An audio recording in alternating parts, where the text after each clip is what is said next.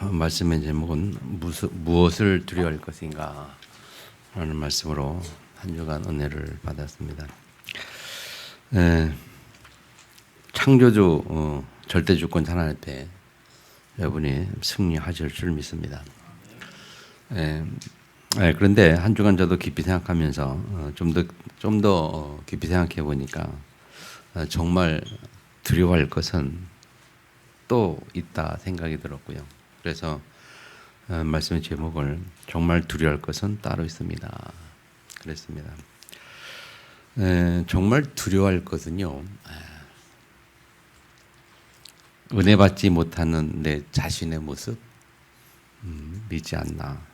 내 은혜 받지 못하는 나. 은혜 속에 있지 않는 나. 그걸 더 두려워해야 될 것이 아닌가 하는 생각을 해봤어요. 사람은 은혜 받지 못하면 영적 힘이 없어요. 영적 힘이 없으면 담대함이 없고 세상을 향해서 나갈 능력이 없고 힘이 없죠. 지난 주간에 큰 사건이 있었잖아요. 탄핵이라는 큰 사건이 있으면서 한 주간 떠들썩했고요. 온 뉴스에 그 이야기들만 쭉 얘기하면서 여러 가지 말들이 참 많잖아요. 참 말들이 많습니다. 크게는 두 가지죠. 뭐 잘했다, 잘못했다, 탄핵해야 된다, 안 해야 된다, 뭐 괜찮다, 문제 있다, 두 개쯤에 다 얘기하지 않겠습니까? 어쨌든 뭐 사람은 둘 중에 하나는 선택 대부분 하지 않냐 생각을 해봐요. 그런데 어느 쪽을 선택하든 선택한 쪽의 방향에서 상대방의 말을 들어보면 또 그게 또 쉽지가 않은 문제거든요. 어쨌든 여러 가지 그런 많은 말들을 들으면서 사람은 영향을 받을 수밖에 없다. 그러다 보니까 어떻게 됩니까, 여러분? 말을 듣다 보니까 사람들이 그 말에 의해서 내 마음이 달라지잖아요. 뭐 어떻게 보면 금방 전쟁 날 것 같고, 겸령 그 부정 중에서 보면 겸부터 좀 전쟁 날 거 문제 있을 것 같고, 막 온 나라가 어떻게 될 것 같고, 막 그런 생각이 들고, 뭐 그렇게 들면서 내 자신이 마음에 어떤 동요가 일어나고 평안이 무너지고 뭐 걱정이 막 이렇게 되지 않습니까? 어쨌든 사람은 이런 말 저런 말 들으면서 이 마음이 무너지기 시작해요. 그래서 그걸 보면서 정말 우리 마음을 지킨다는 게 중요하다는 게 뭔지를 알게 되고 사무사님 말씀, 사님사님 말씀 뭔지를 알게 되고 그러면서 이게 정말 중요하구나. 그러면 이 말씀 지키는 비밀이 하나님의 말씀밖에 없는데 마음을 지키는 비밀이 말씀밖에 없는데 그러면서 생각한 것이 정말 은혜 받지 못하면 사람은 어렵다. 불신자는 뭐 그렇겠다마는 성도는 특별히 은혜 받지 않으면 은혜 속에 있지 않으면 참 힘들겠구나 그런 생각이 들더라고요. 그래서 은혜 받지 못하는 그 모습 또는 은혜 속에 있지 않는 내 모습 보면서 굉장히 이게 심각해지면서 이게 정말 두려울 문제가 아니겠냐 그런 생각이 들어요.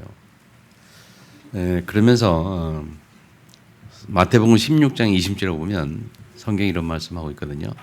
사람이 만일 온 천하를 얻고도 제 목숨을 잃으면 무엇이 유익하리요? 사람이 무엇을 주고 제 목숨과 바꾸겠느냐? 그렇게 말해요. 사람에게 있어서 목숨보다 소중한 것은 없습니다. 근데 이 목숨보다 소중한 게 없는데 이 목숨을 언제 포기하려고 하느냐? 목숨을 포기하려고 하는 것이 자살이거든요. 그런데 그 자살의 단계까지 가기까지는 많은 과정을 거쳐요.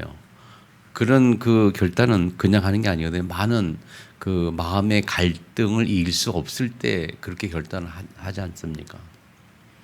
뭐 외부의 압력보다 더 중요한 것은 자기 마음을 어떻게 지킬 수가 없을 때에 사람들이 극단을 선택하는 게 목숨을 버리는 거거든요. 그때에 성경 뭐라니 그 목숨보다 더 중요한 게 어디 있겠느냐. 아멘. 오늘 그 깊은 샘에 보니까요, 데스노믹스라고 이렇게 제목을 달고 글을 썼잖아요. 그러면서 그 어떤 것에도 생명을 대신할 수 없습니다. 내용을 보니까 그 우크라이나하고 러시아하고 전쟁하면서 많은 생명이 죽어가잖아요. 뭐 통계로 의하면 뭐 100만 명 가까이 사망자 나왔다고 뭐 그러던데, 많은 특히 이제 청년들이 죽었나, 젊은이들이. 그래서 러시아에서는 이 글 보니까 러시아에서는 이제 젊은이들이 많이 가서 죽으니까 러시아 정부에서 보상을 해주는 걸 써놨어요. 그 보상을 해준 금액이 보니까 어마어마한 금액이에요. 평생을 모아도 평생 벌어서 평생 버는 대로 쓰지도 않고 모아도 그보다 더 큰 돈을 이렇게 주는 거죠. 한국 돈은 뭐 2억이 좀 넘던데, 러시아 돈은 굉장히 큰 돈이겠죠. 그 돈을 주니까 그 돈을 받은 부모들은 그 돈 가지고 이제 뭘 누리는 거죠. 쓰게 되고. 그래서 뭐 그것 때문에 경제가 살아나는, 돈을 받은 걸 쓰니까 경제가 살아나는 그런 아이러니한 이야기를 써놓은 거예요. 그렇게 뭐 누리면 뭐합니까? 그 누리는 대가가 자기 아들의 죽음으로 인한 누림이니까 뭐 의미 없다는 것이기도 써놓고 여러 가지 써놨습니다만은, 그래서 데스노믹스라고 단어를 써붙였는데, 단어 생겨났는데, 아무리가 뭘 누린다 하도 여러분 그 죽음의 대가로 하는 거는 행복하지 않잖아요. 그래서 생각하는 게 뭐냐면 결국은 사람은 내 자신이 제일 중요한 겁니다. 아멘. 내 자신을 살리는 게 가장 중요한 거예요. 내 자신을 살리는 비밀은 내 마음을 살린다는 거고 내 마음을 지키는 거거든요. 그 마음이 사람들의 말에 흔들린단 말이에요. 사람들이 전 환경에 흔들린단 말이에요. 뭐 국가의 탄핵 문제 가지고도 뭐 잠깐 여러분들이 그렇게 느꼈을 겁니다. 야, 이거 어떻게 나라 어떻게 되는 거 아니야? 막 이런 그런 막 두려움이 막 생긴단 말이에요. 그래서 마음을 지키는 게 가장 중요한데, 그 사람의 마음을 지키는 비밀이 여러분 복음밖에 없습니다. 아멘. 복음으로만 나를 살릴 수가 있어요.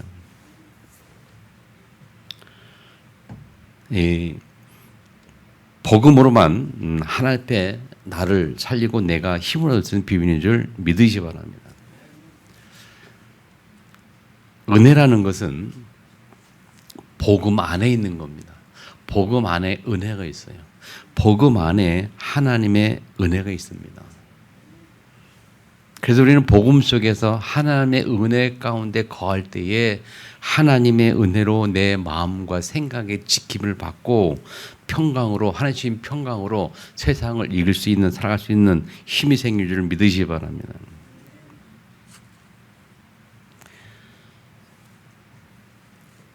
로마서 5장 20절 21절을 보면 성경이 이렇게 기록합니다.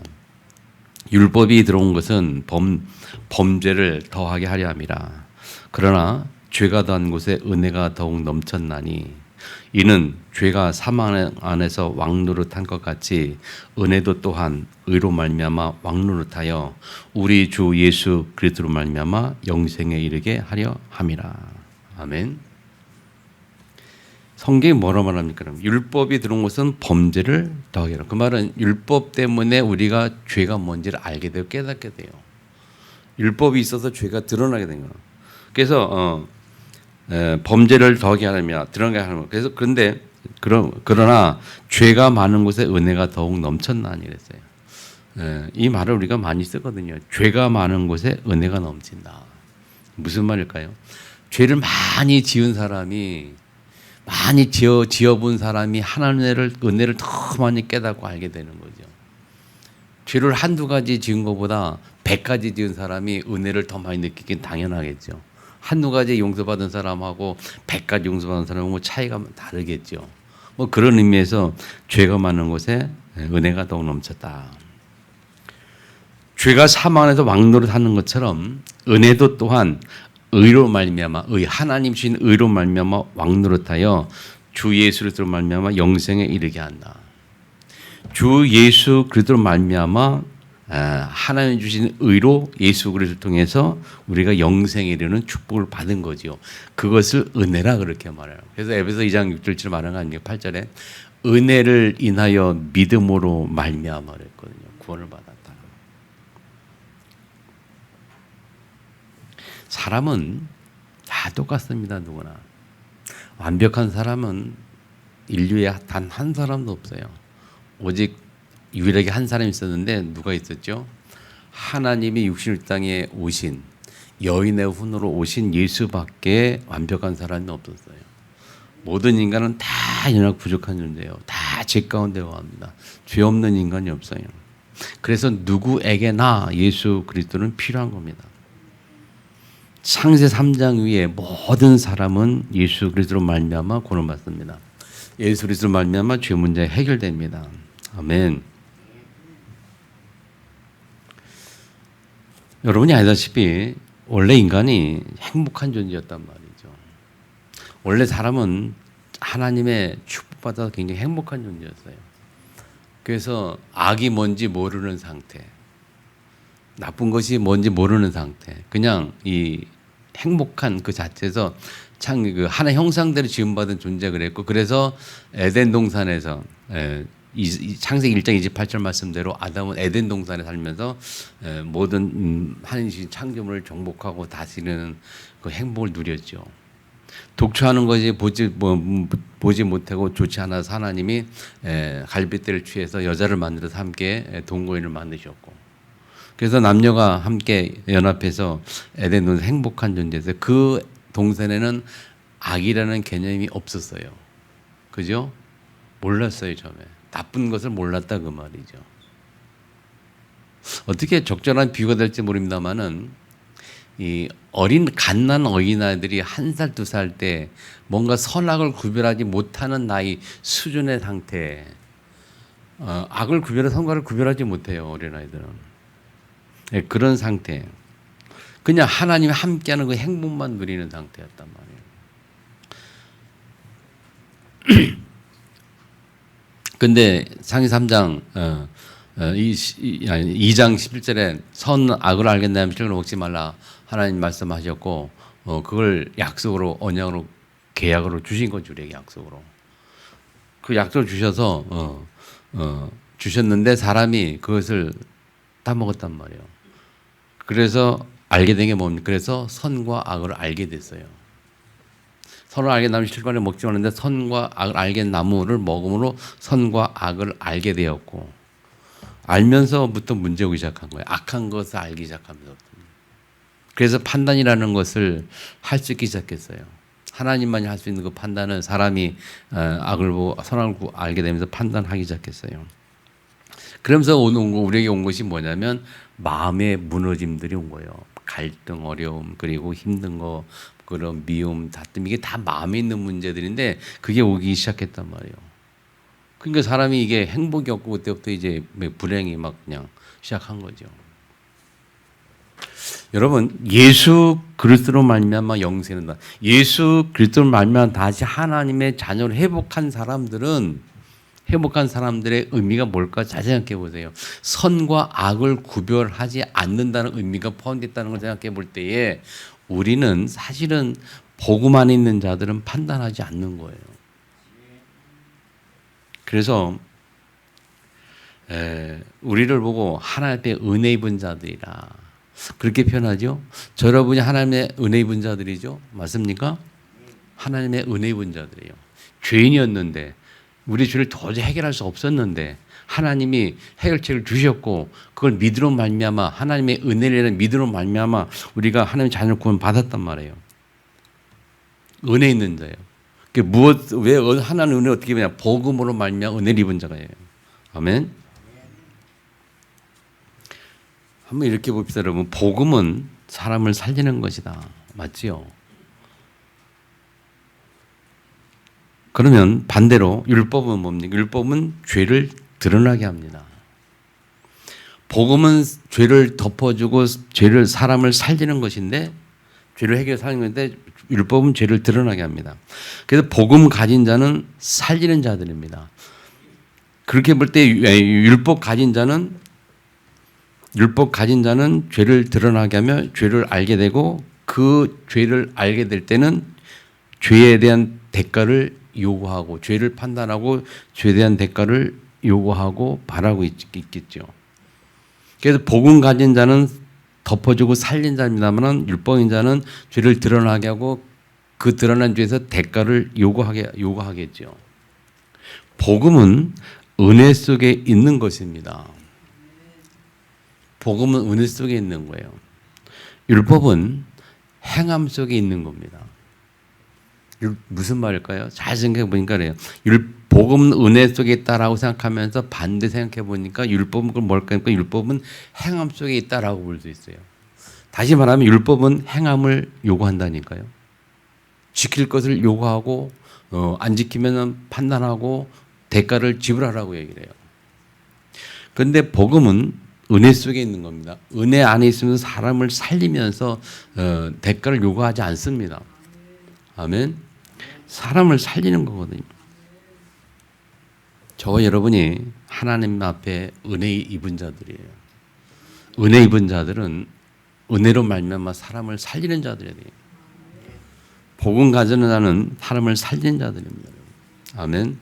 승리하기를 축복합니다. 그래서 이게 참 그래요. 복음이 더 강조되느냐 율법이 더 강조되느냐 그게 참 차이가 거기에서 오는 거예요. 복음을 더 깊이 있게 누리려고 하느냐 아니면 율법을 더 내가 받으냐 그게 이제 신앙생활의 많은 기준이 되어버리는 거예요. 그래서 율법을 많이 강조하고 율법 속에 있다 보면 이제 종교생활이라고 표현하기도 하고 그러죠. 근데 복음 속에서 은혜 속에 있으면 사람을 정말 살리는 자, 사람을 볼 때에 사람의 허물을 볼 때에 덮어주려고 하고 그러면서 살려주려고 하지 그것을 드러내고 판단하고 너 뭐 회개하라 뭐 사과하라 공개하라 그렇게 요구하지 않는다는 거죠. 이게 복음과 이 울병을 잘 좀 이해하시길 바라고요. 우리가 은혜 속에 있기를 축복합니다.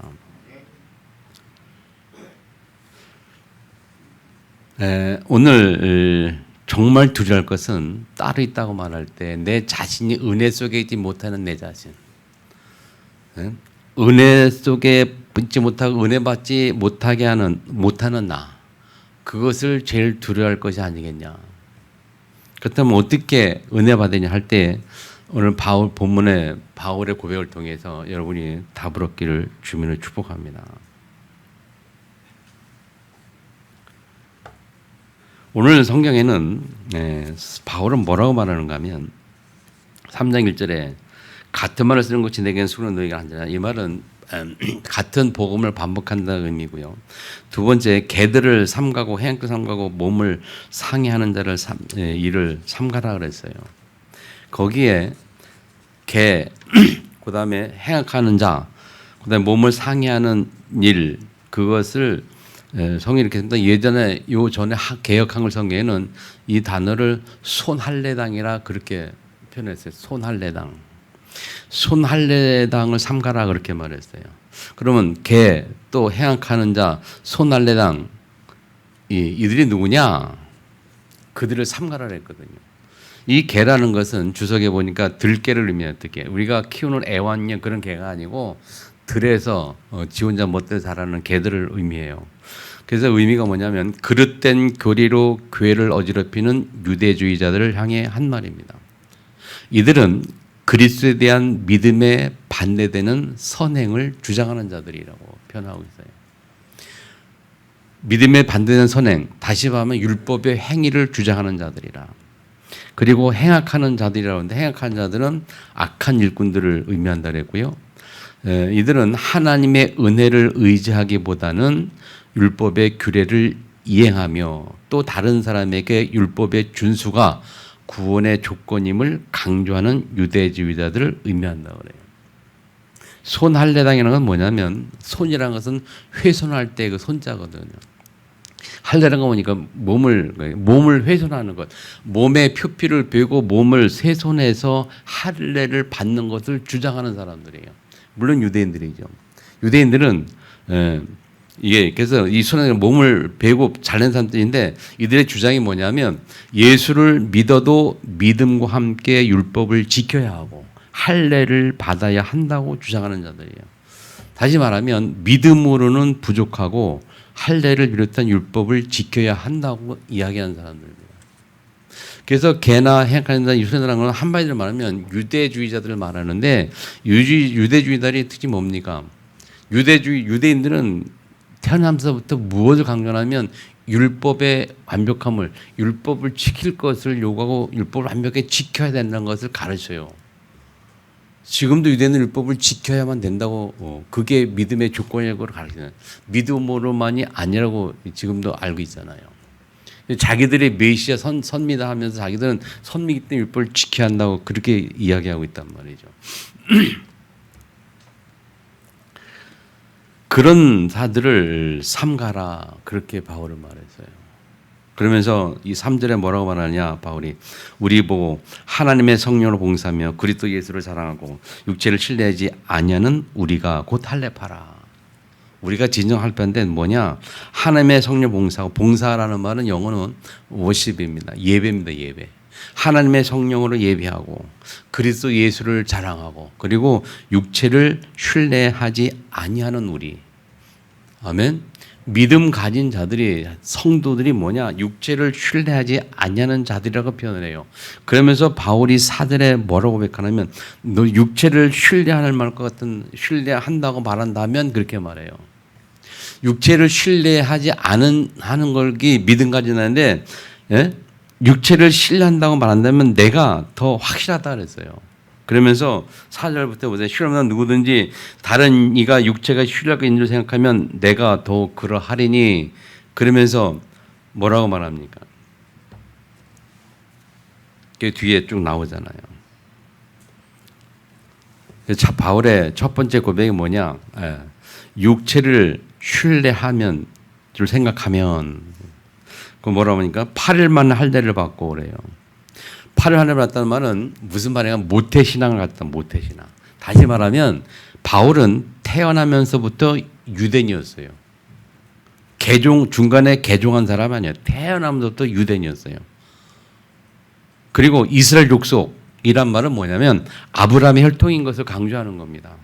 베냐민 지파라는 것은 제사장의 지파 유대 왕국에 속한 지파라는 것을 강조한 거예요. 자기의 전통 배경, 가문의 배경을 완벽함을 얘기하는 겁니다. 모든 이스라엘 지파 중에 가장 중요한 지파에서 태어났다 그 말이에요. 또 히브리인 중에 히브리라는 말은 무슨 말이냐면요. 이게 이스라엘 백성들은 그 사회가 목의 사회입니다. 목의 사회. 목의 사회가 뭔지 아시죠? 우리나라는 북의 사회입니다. 북의 사회. 다시 말하면 아버지가 중심이 되는 사회예요. 그래서 모든 게 다 아버지 중심으로 그래서 뭐 가부장적인 뭐 단어가 그러는데 그런데 이스라엘 백성은 목의 사회입니다. 어머니가 중심이에요. 어머니 중심이니까 그래서 어머니가 유대인이면 그 자녀도 유대인이에요. 아버지가 유대인이 아니라도 어머니만 유대인이면 목의 사회 때문에 어머니를 따라서 유대인이 되는 거예요. 우리는 반대잖아요. 아버지 따라가잖아요. 근데 얘들은 어머니 따라가요. 그런데 히브리인 중에 히브리라 그 말은 뭐냐면 이 바울은 아버지와 어머니가 다 유대인이었다 그 말이에요. 완벽한 유대인이란 말이에요. 바울은. 엄마는 유대인이고 아버지가 다. 그리고 바리새인이었다는 말은 무슨 말입니까? 율법을 철저히 지키는 것이 바리새파였거든요. 그래서 바리새파는 바울은 율법을 완전히 지켰다. 이 바리새인의 인생의 목표, 삶의 목표는 뭐냐면 율법을 지키는 거예요. 그런 바리새파였다는 거죠. 다시 위해서 바울이 고백하는 것처럼 율법으로는 완벽하다. 또 뒤에 그 뒤에 열심으로는 그래서 열심으로 말하면 바울을 따라갈 수 없다. 뭐라냐? 교회를 핍박하는데 앞장섰잖아요. 그 열정과 열심으로 하면 얼마나 교회를 핍박하면 그 미수민들을 잡아서 옥에 가두고 막 나중에는 그냥 죽이고 어디 스데반의 그 순교현장까지 가는 그런 열심을 보였던. 그리고 마지막에 율법의 의로는 흠이 없다. 무슨 말이죠? 율법의 의로는 흠이 없다는 율법을 다 지켰다. 다시 말하면 사람의 기준으로 판단할 때는 책 잡힐 일이 하나도 없었다고 말이에요. 완벽한 바울이에요. 거의 볼 때. 그래서 육체로 신뢰할 것 같으면 하면서 자기 얘기를 쭉 했단 말이에요. 또 사도행전 보면 가말리엘 문화생이었다는 거예요. 학문적으로도 완벽한 사람이에요. 학문적으로 최고의 학문을 공부한 사람이요. 가문적으로나 전통으로나 그리고 저기 세상의 학식으로나 저 어떤 배경으로나 모든 게 거의 따라올 수 없는 그렇게 신뢰할 것 같은 내가 그런 사람이다. 그런데 근데 그것이 중요하지 않더라. 그것이 나에게는 배설물처럼 여겨지더라. 그것이 내게 유익하지 않다는 것을 깨달았다. 무슨 말이죠, 여러분? 보통 우리는 이 바울의 배경은 그게 다 자기에게 유익한 것이잖아요. 이 세상은 여러분 아시다시피 배경, 돈, 배경 그게 전부잖아요. 줄을 잘 서야 되고 학벌, 지연 그게 다 뭡니까, 여러분? 그게 다 배경이거든요. 너 어디에 줄을 서느냐? 이 정치가 다 줄 서는 거예요. 줄을 잘 서야 되는 게 정치 아닙니까, 여러분?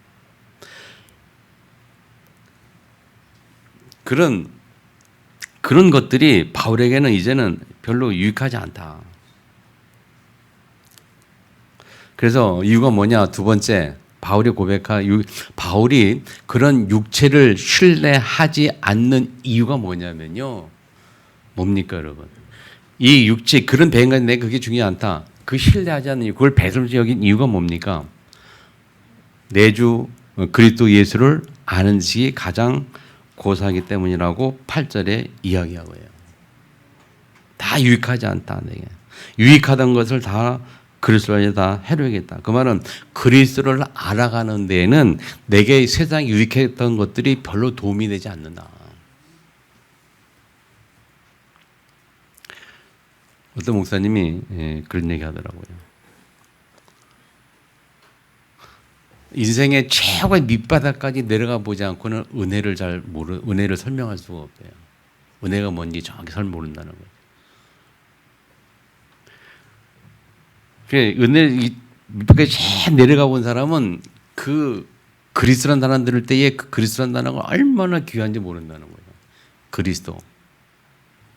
이 단어, 내 인생의 모든 문제 해결, 죄 문제, 저주 문제, 사단 문제, 하나님 떠나서 안식하고 평안이 없는 그런 문제. 저 같은 경우는 어떤 어느 밑바닥이라고 표현한다면 저 같은 경우는 20대 후반에 그 인생에 고민하는 것에 대해서 제가 밑바닥까지 내려가 본 것 같아요.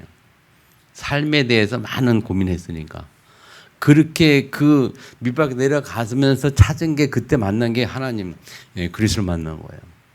그래서 인생은 예수를 그래서 저는 여러분 아시다시피 저는 뭘 강조합니까? 전 제가 저희 강조되는 것은 안식과 평안의 문제예요. 참 만족, 참 안식, 참 은혜, 참 평안.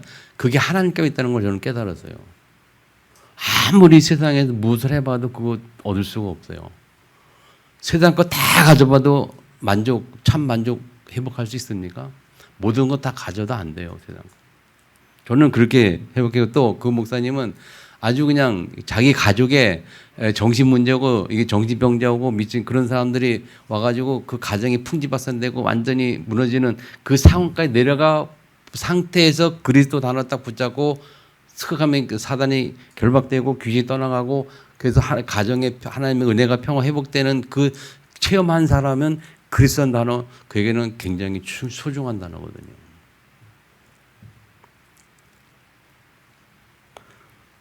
근데 경험해보지 않고 그냥 문제를 많이 경험해본 사람들은 그렇겠죠. 뭐 별로 은혜가 뭔지 깊이를 잘 모르겠죠. 이 바울 같은 경우도요. 모든 걸 다 해봤는데 어디까지 내려가 봤냐. 거의 내려가 본 거예요. 그래서 그 상태에서 누굴 만나서 예수를 만난 겁니다. 그게 다메섹 도서 사도행전 9장 이야기잖아요.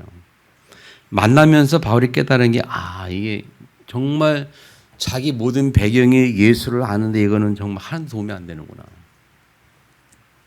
그 자리에 있을 때는 모른다 그 말이에요. 높은 자리에 있을 때 모른다. 경제적 여유가 있고 건강하고 그런 자리일 때는 그리스도의 이 필요성의 심각성을 모른다는 거죠.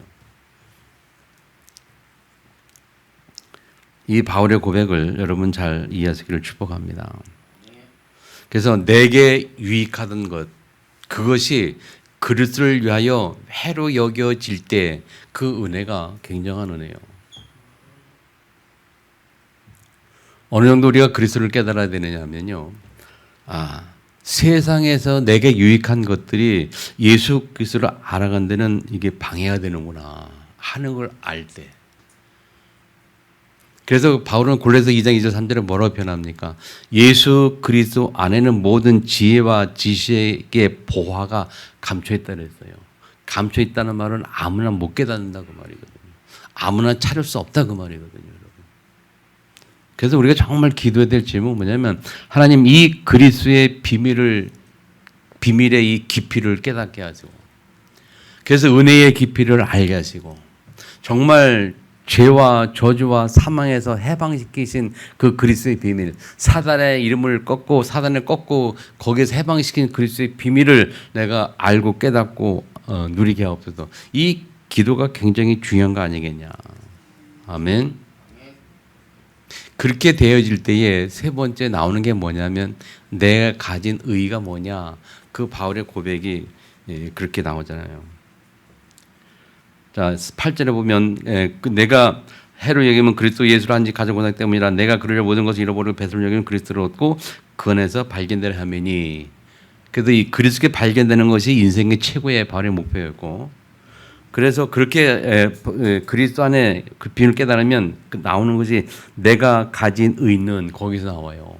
내가 가진 의는 율법에서 난 것이 아니요. 내가 가진 의 뭡니까 여러분? 저와 여러분이 가진 의가 뭡니까?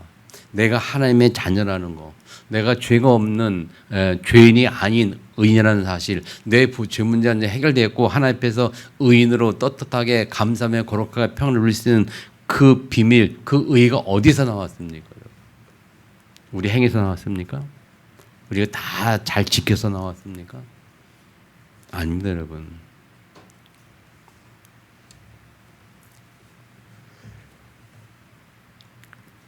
이 바울의 오직 목표는 그리스도 안에서 예수께 발견되는 것. 그래서 발견되고 나니까 내가 네가 뭐 하니까 이건 율법에서 난 것이 아니구나. 오직 그리스도를 믿음으로 말미암은 것이니 곧 믿음으로 하나님께서 난 의라 그랬어요. 따라합니다 여러분. 그리스도를 믿음으로 하나님께로부터 난 의라. 저와 여러분이 가진 의가 하나님께로부터 난 거예요. 그 말은 뭡니까? 하나님이 주신 거란 거예요. 잘 보세요. 하나님이 주셨다는 말이 뭘까? 하셨다는 말. 내가 가진 게 하나님 주셨다는 거예요. 선물이라는 거예요. 그럼 내가 하나님 앞에 행위를 잘해서 뭔가 좋은 일을 막 잘해서 그거 내가 뭔가 잘해서 대가를 얻은 게 아니고 하나님께서 거저로 주신 거예요. 그래서 은혜라고 말하는 거예요. 아멘.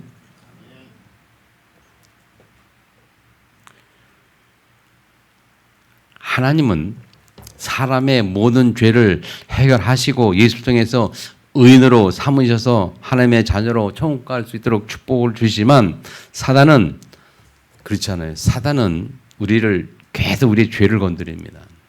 죄를 이야기합니다. 이미 예수님께서 해결한 죄에도 불구하고 죄임에도 불구하고 사단은 계속 그 죄를 건드려요. 그래서 죄책감 속에 죄 속에 가게 만들어요. 그리고 또 다른 사람하여 죄를 가지고 판단하게 만들어요. 근데 하나님은 모든 죄를 다 덮으셨고 예수 안에서 의인으로 천국 백성으로 이 땅에서 당당히 살으라고 하나님이 그렇게 우리를 만드시고 세워가시거든요. 근데 사단은 죄를 통해서 계속 죄의식을 통해 죄의식 가지 그러면서 이 땅에서 이 자신감 없게 그냥 눌려서 그런 모습으로 살아가게 만든단 말이에요. 그렇다면 우리가 하나님의 자녀라면 우리 이 땅에 사는 어떻게 살아야 되겠습니까? 복음 안에서 은혜롭게 승리하기를 축복합니다. 따라서 나는 하나님의 은혜 입은 자다.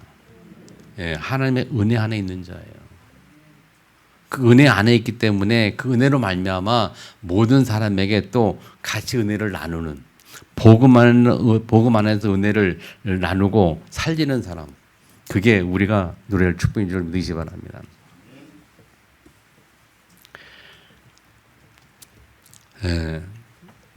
요즘은 계속해서 묵상 기도를 참 많이 합니다. 그리고 집중 기도, 제 개인에게 집중을 많이 하는 편이고요. 매일 새벽에 기도하면서 집중하고, 그러면서 내가 갱신될 부분이 뭔가를 늘 생각하고, 그럼 내년도에 새로운 시작을 하기 위해서 좀 준비를 하려고 좀 기도하고, 그러다가 하나님이 깨닫게 하신